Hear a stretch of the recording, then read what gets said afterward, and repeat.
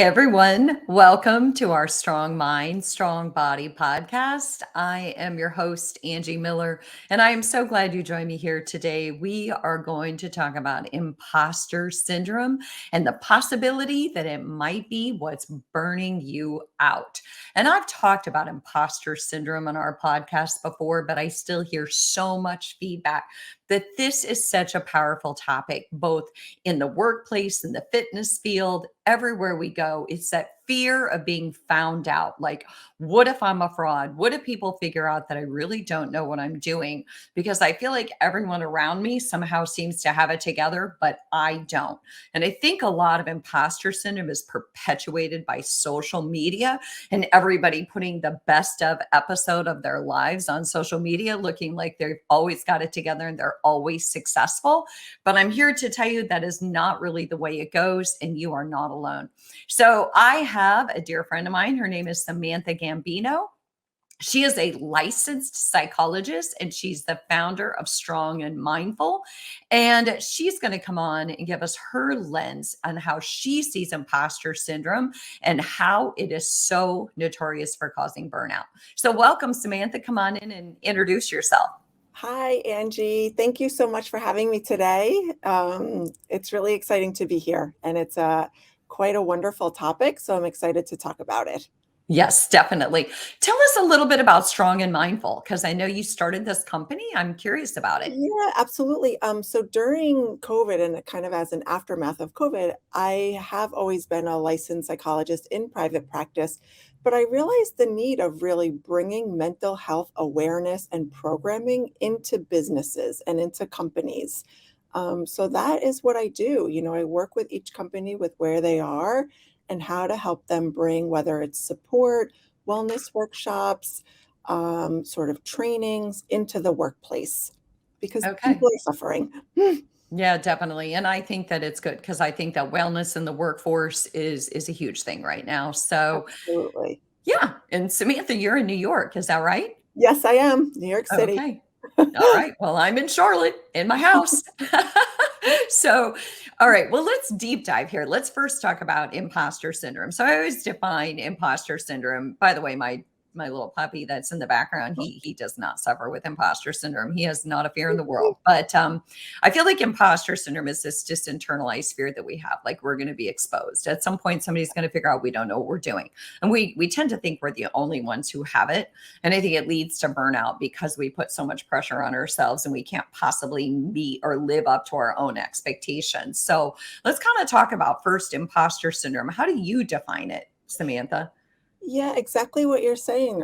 This idea of such a fear of being found out or that people are going to see and know that you're a fraud. And a lot of that originates because you, inside of you, you feel like a fraud or you have certain insecurities that you're not good enough.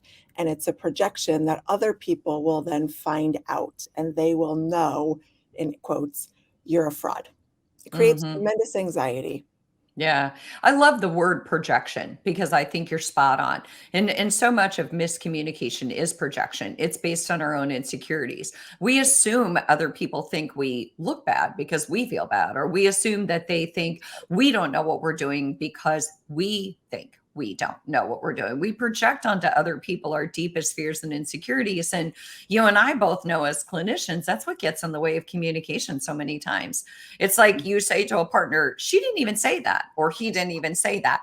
But in their mind, they heard it. it's, Right. it's That's crazy. right. Right. And one person can be saying one thing and someone else is saying something and means something totally different, but yet you're responding to what you think is happening based on your internal needs. So it's Isn't complicated. that isn't that crazy? This is why communication goes wrong, isn't Yeah, it? Because it's so true. Somebody says something, they didn't even say what you heard.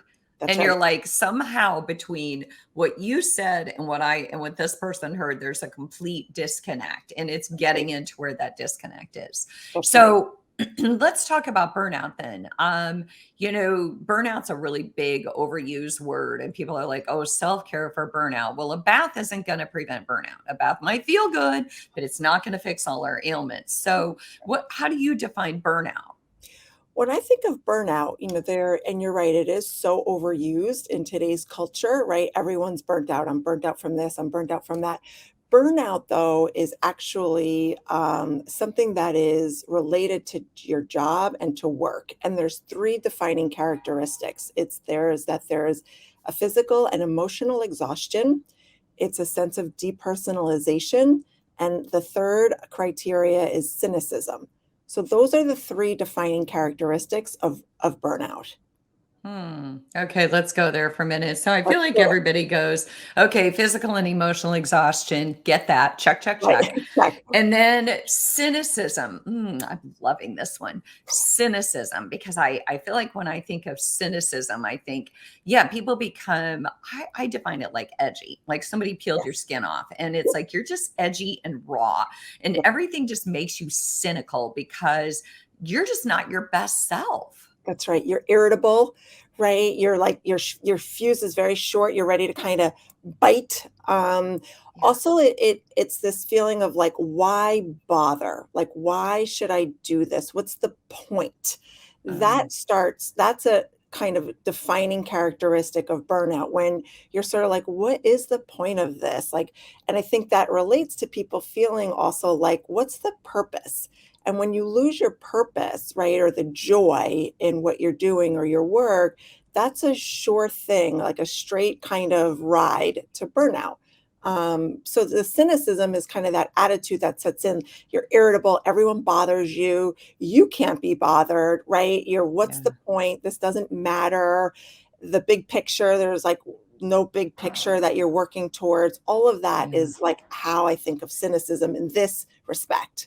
And I think that's a perfect description because you're right. You do. You start to lose your way. Like, Yeah. what is the point? I'm working my tail fanny off, and all I'm doing is collecting a paycheck, but I'm doing it for X and X company, and you don't find a sense of purpose. So I That's right. love the cynicism. And the other one that you mentioned was the depersonalization. And I feel like not everyone knows that. We kind of go, oh, cynicism, oh, mental and physical exhaustion. Okay, I get it. But what's with the depersonalization? Do you want to go there? Absolutely. Depersonalization is this like internal feeling that you feel like disconnected from yourself and you feel disconnected from others. Like people will talk to me about feeling numb. Like just everything's numb, they're indifferent. I don't care too strongly about it. I don't really care what you decide. I don't actually care what's going on around me. Like I'm just sort of here, but I'm not engaged. I'm not feeling it. Like my juices aren't going. I'm just sort of detached is kind of what depersonalized means. And Mm. it can show up like numbness and indifference, and I have a lot of people talking about how then this bleeds over into their relationships, right? And they just feel so blah. So it's that Mhm. blah feeling and like no energy or interest. Yeah, and you're right, because I mean, try having a relationship, a personal relationship where work doesn't bleed in. It That's just right. doesn't go that way. We're not machines. We don't get to Mm. shut down our mind and our body the way we shut down our computer. So when I think of depersonalization, I always use the word detached, but the other thing that I always say is like you're a passive bystander. Yes, Like you're right. watching your life, but it's almost like a bus is driving by with a banner on it. And you're like, oh, I think that's me, but I kind of don't even feel attached to that person or that life. So Mm. I think that's what comes to my mind when I think of depersonalization. It's a great analogy. Yeah, that bus, I don't know. So, don't ask me where I came up with that one. I don't even ride buses here in Charlotte. So let's talk about because again, and first I just want to reintroduce you. So I'm talking to Samantha Gambino, and she's a licensed psychologist and the founder of Strong and Mindful. And I'm Angie Miller, and this is Strong Mind, Strong Body. But more importantly, we're talking about imposter syndrome, and is imposter syndrome burning you out? And the specific lens that I want to look through imposter syndrome today is how it is so highly linked to burnout. And, we say we're burnout, but we're not really sure why. And so Samantha and I kind of want to give you this lens of saying, what if it's because it's all this pressure you're putting on yourself, or this fact that you doubt yourself so much? And that's why you're so burnout, because you're literally creating mental warfare. So, Samantha, let's talk about that link between imposter syndrome and burnout. Mhm. We've kind of described imposter syndrome, we've described burnout. How do you define that link to your clients? Yeah, it's the kind of it's this link or like this bridge is the way I think of it. And when you start looking at the research between, and I mean, in a way, it's maybe feels cliche, right? We're using these buzzwords, imposter syndrome, burnout. But the research does show a link between imposter syndrome and burnout. And what they're finding is that people who struggle with imposter syndrome, they have it's significantly associated with these three characteristics of burnout: the exhaustion, the cynicism, and the detachment or the depersonalization. And I think what's happening, and also what's being reported, but what I see in practice and out in the world is that people basically are, as an imposter, right? You feel like a fraud. So you feel like you need to prove yourself all the time. So you're doing and doing and doing, and you're on this sort of like treadmill, right? Of always going and always going. But what happens is, y at the first sign of failure or maybe challenge, you start to really lose your self confidence Mhm. because you're not strong enough on the inside to know I'm still valued. You're working and working. And so what you do to overcome feeling like a fraud is you work more. And that creates a cycle. And that's the link, right? That I feel like a fraud. I feel like I need to prove myself or I'm not good enough. So I work more and I work and I work and I work. And what happens is, as you have these two characteristics, you tend to lose your self confidence. You internalize failure. So somehow that's your fault. And you hyper focus on the mistakes. Mhm. It's a I think trifecta. I think that was a like a such a perfect description because I think that I feel like if people don't, if they're still like, I'm not sure I struggle with imposter syndrome, I think I would encourage everybody to think back to the first time they started a job and how much you were like, oh my gosh, I can't believe I got hired for this. Or like literally, I was at book club last night, and this one gal who used to be a clinician gets this amazing job doing case management, and she's making so much money. And she's like, I had such imposter syndrome because, frankly, as clinicians, we're not used to making a lot of money at third party payouts with insurance. And she's like, I had such imposter syndrome because I was like, I've never made this kind of money, and what if I mess up? And I do case management, but not for a big company, blah blah blah. And it's that a lot of times it's being in a new space and Mhm. seeing yourself through a different lens. Have everybody be so excited that you're there, and they're like, "Oh, your resume is perfect on paper," and then you get this feeling of, but now I have to prove to them that I was actually worth hiring. And That's I right. have to prove to them that everything they believe is true about me. And then, like you said, they get caught in this cycle of self doubt and then they work more and more and more. It's kind of like success too. That when people become successful and they achieve here, they're like, oh, well, then now I got to achieve here. And they keep going higher and higher, right? And the bar just keeps getting raised. That's right. And you're bringing up a great point because it is in new situations, especially, there's a level of normalcy, right? To feeling scared or worried or like wanting to show your strengths. And that does happen in new situations. The issue with imposter syndrome is once you settle into a new situation, right, and you kind of form a few connections, you people who don't feel like a fraud, they start to really settle into their skills and their value, and they're not trying to prove themselves. There's always like those jitters. I think that's normal. But when it bleeds over to the point where, you're 6 months into your job, your new role, and you're still every day so concerned about feeling like a Yeah. fraud and an imposter, that's where like the balance starts to tip.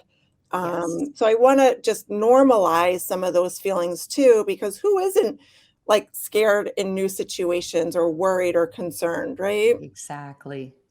But it's when you're down the road and you're still feeling like you're new to a job.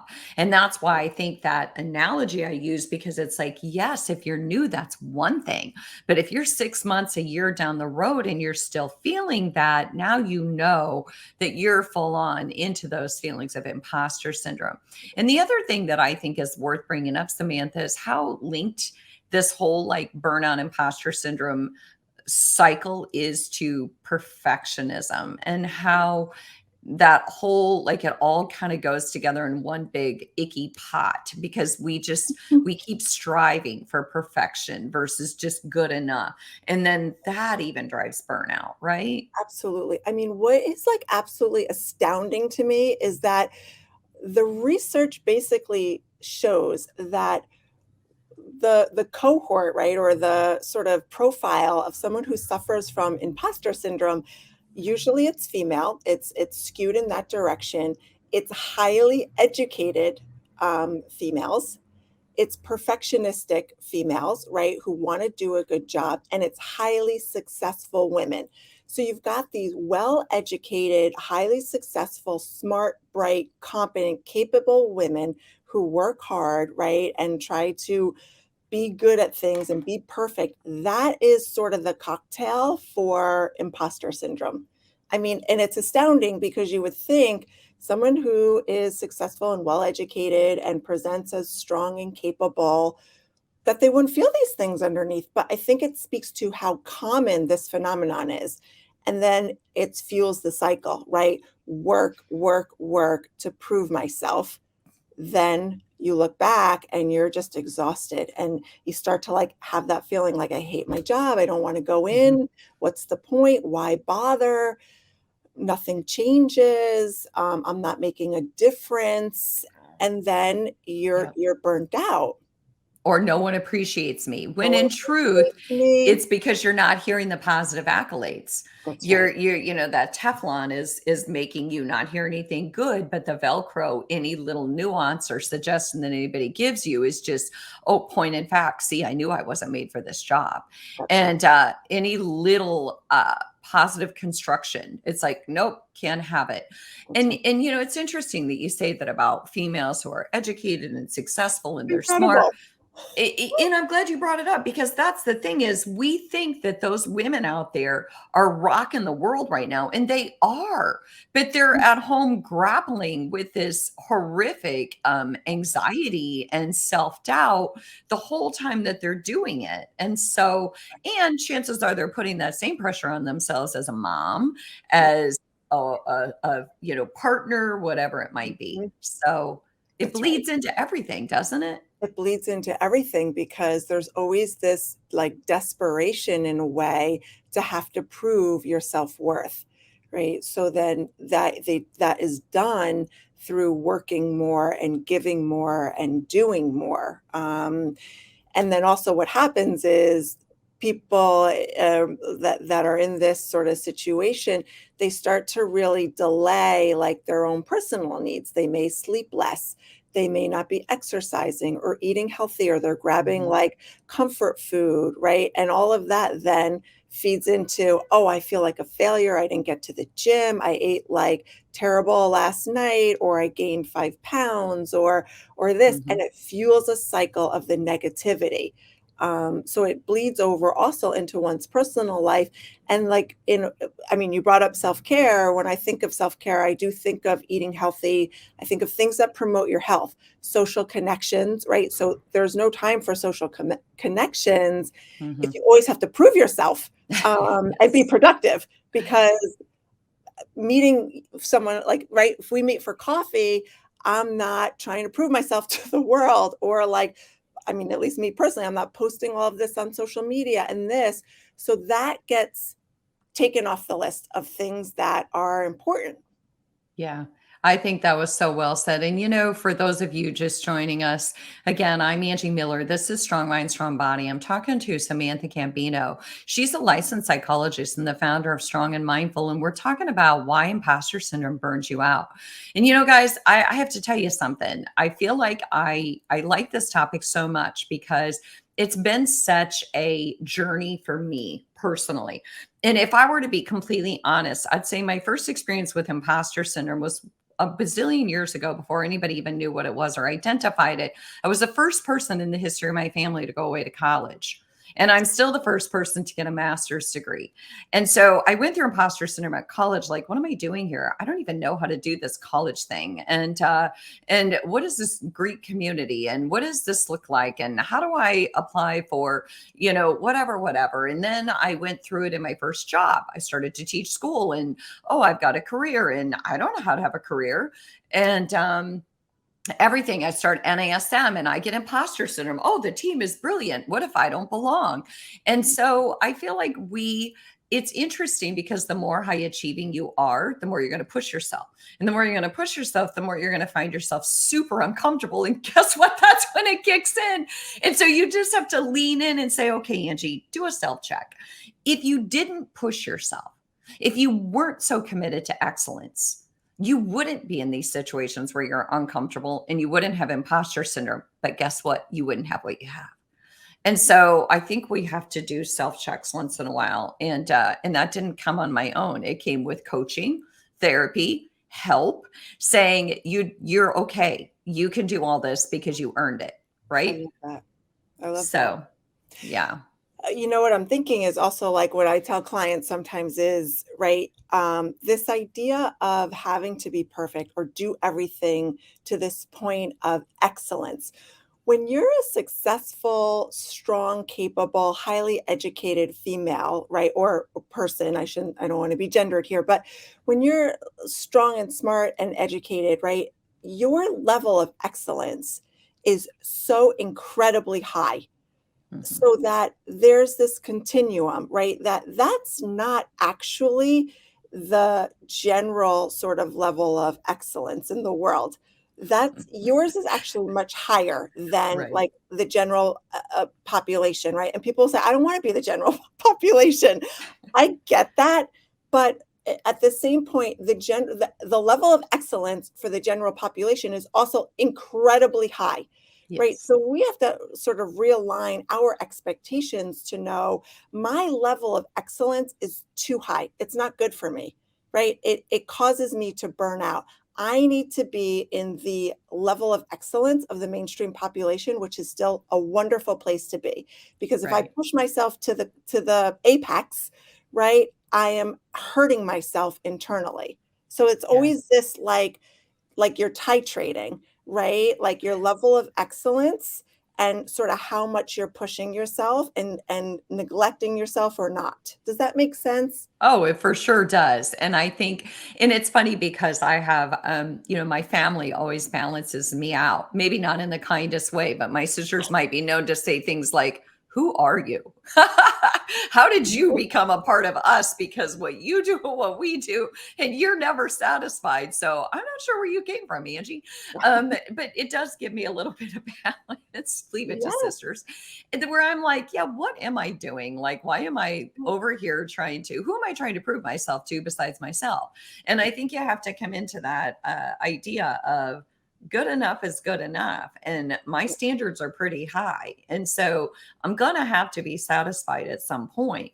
And so that I'm glad you actually said that because that's kind of where I was going was okay, now we get it. There is a link. We've proved it. We've shown them. But what do we do now? Because Great still, question. I feel like people are still like, but fix me. That's right. That's right. Well, no, exactly. And look, there's a lot, this is a lot of work and it's a lot of reflection in terms of really being in tune and on top of yourself and your inner dialogue. But sometimes the way I think of treating burnout is sort of like through the back door, right, of treating imposter syndrome. And so in terms of thinking of it in that way, one is, and I'm always talking about this, people have to slow down because when you're going and trying to achieve and perform and produce, you're running on a treadmill. And when you're running so fast, you miss what's around you, right? It's like a blur kind of thing. When you're running at a little bit more of a casual speed, you see things and you take in the details differently. So I tell clients, listen, I know you're not going to want to hear this, but you do need to slow down in a way that you can see what's happening around you. take in your small wins and really celebrate them, because when you're on that treadmill and you're at a like 10.0, right, and you're cruising, you're not taking in what's actually happening. So you have to slow the treadmill down to say, wow, I did such a great job in this presentation today. Like, I feel really proud of myself. You have to acknowledge your successes. People talk about celebrating their small wins. All of that as a first step is to slow down so you can see the wins and you can see the successes and then celebrate them, right? Even if it's you talking to yourself differently to say, I was a little nervous, but you know what? It was wonderful and people really enjoyed Mhm. it. The feedback was so positive. That's the other thing. When you get positive feedback, take it in, soak it in. Don't brush it Mhm. off. Don't say, oh, it's whatever. They say that to everyone. No, they don't. Yeah. Take it in so you absorb it, so you can start to internalize the feedback that is saying, you're doing a wonderful job. Excuse me. Bless you. So So thank you. you really have to internalize all of this, and I love what you said before, this idea of good enough, and I work in that space a lot too with people, this idea that, and this is so like becomes like counterculture, but this idea there's no such thing as perfect, right? Yeah. Because what you think is perfect may be totally different from what I think is perfect. It's a subjective experience. And what the research shows and what I have seen is that when people say, for example, if we're going to use like a health and wellness goal, oh, I want to lose 5 pounds and then I'll be happy, right? Or then Yeah. I'll feel like things are perfect. That's actually not true, right? So whenever you attain what you want, you're wanting more. So like your definition of perfection changes. And so Right. that's what I'm trying to illustrate. It's a very subjective point. The idea is to understand there is no such thing as perfect. And what social media is showing and what you may see as the perfect family or the perfect holiday or the perfect workout routine, that is, right, like not actually the reality of the situation. Even though you don't see the behind the scenes, you Right. have to really know and understand there's a lot of behind the scenes that just are not perfect. And when you Well, learn that, it's important. right. And I think that in the work that you and I do, we see the picture of quote perfect, and then we hear the story. And then we Right. go, but no one on the street would ever assume any No. differently. Same way, trainers, personal, fitness instructors, when you're working with your clients, you see the perfect on the outside or, what other people might perceive to be. And then you hear their story and you go, wow, not everyone has it all together. But Samantha, I really like what you said about slowing down. And I think that you're right. It's anticlimactic. It's not what people want to hear. But I No. don't think we're saying, we're not saying, work 5 hours a day instead of 10. We're Right, kick just back, saying, put your feet up. No. right. And just at the end of the day, the thing I always challenge my clients to do is at the end of the day, if you would do one thing for me, take 5 to 10 minutes and write down 5 to 10 things that went well that day. Whether it's something someone said, a project you finished, an email you finally answered, something you've been procrastinating on that you finally accomplished. Write down 5 to 10 things because I want that to be the last thought before you go to bed. I just want you to take a minute to celebrate your wins because otherwise you're going to go to bed and you're going to focus on that one thing someone said in a meeting that you perceived was meant as a direct jab to you that probably wasn't. And so Mhm. I want to get your mind into a healthier space. And so I think that's a huge one is just slowing down, acknowledging our successes. I Is there agree. anything else that you think in terms of like really because one other thing that always comes to my mind too is tapping into maybe not necessarily where imposter syndrome started, but like how it makes sense. Like I just told my story. It makes sense to me that I've grappled with it, but it doesn't mean that I can't hone in on it and get Right, better. right, right. What do you think? W Are you saying kinda hone in on where it may come from for you? Like, Yeah, and just like maybe another tool is just to kind of do some self reflection, like you yeah, said, figure out where it comes from, and then kind of say, okay, it's normal, mhm, but now what? yep. Well, a lot of times that's right. The self-reflection piece is important, and a lot of what you said does make sense, right? As sometimes the oldest in a family or the first to go to school or go to college or to get a degree, that places a lot of pressure because your comparison group of your family is so different, right? So in that way, it's easy to feel like a fraud. A lot of times when kids are adults, but as children, they're brought up in households where it's all about performance and being perfect and straight Mhm. A's and being the best at things. Their kids learn that in order to kind of be good and to be valued, I have to be a straight A student. So Yes. as an adult, the work is undoing those lessons that you have internalized and that have become your own. Okay. So we're on the same page there. Kind of Yes. going back, doing some reflection, figuring out where it came from. Not because we're going to blame our parents. Can we please get No. off that? Not Yeah. because we're going to blame our parents, not because we're going to shame anybody, but just because we kind of need to honor that it came from this place. And parents have the best of intentions mostly, and Right. they just want their kids to succeed. But maybe what we got out of it was I got the most attention when I performed really well, and I carried that into my adult life. Okay. That's right. That's right. I think well said. Mhm. Do you have anything else before we go that you think helps people with this whole imposter syndrome thing? Yeah, I love your exercise of writing down wins from the day or things that went well. One thing that I use that one also, so I love it. But another one that I use is just sort of like, I mean, I hate the word mantra, right? It's another overused word here, but sort of like looking at your internal dialogue or your inner self-critic, right? And reframing those words. The one that I teach people is that there's no such thing as perfect. It's good enough. And I even use it, I say to myself, right? When I'm like correcting or overcorrecting something, I'm like, you know what? There's no such thing as perfect. It's good enough. And sometimes I just limit it to it's good enough. But those words reinforce the idea in your mind, right? That there is no such thing as perfect and it is good enough. And I think that's an important message for people to be sending to themselves. It's quite impactful. Okay, perfect. I like that. Oh, I just used the word perfect. Shame on me. I have one more that I want to share. A friend said this to me recently. She's a coach, and she said, "What's one right thing you can do today? Just one. Give me one thing you can do today. It doesn't have to be a quote, a right thing, however you want to phrase it.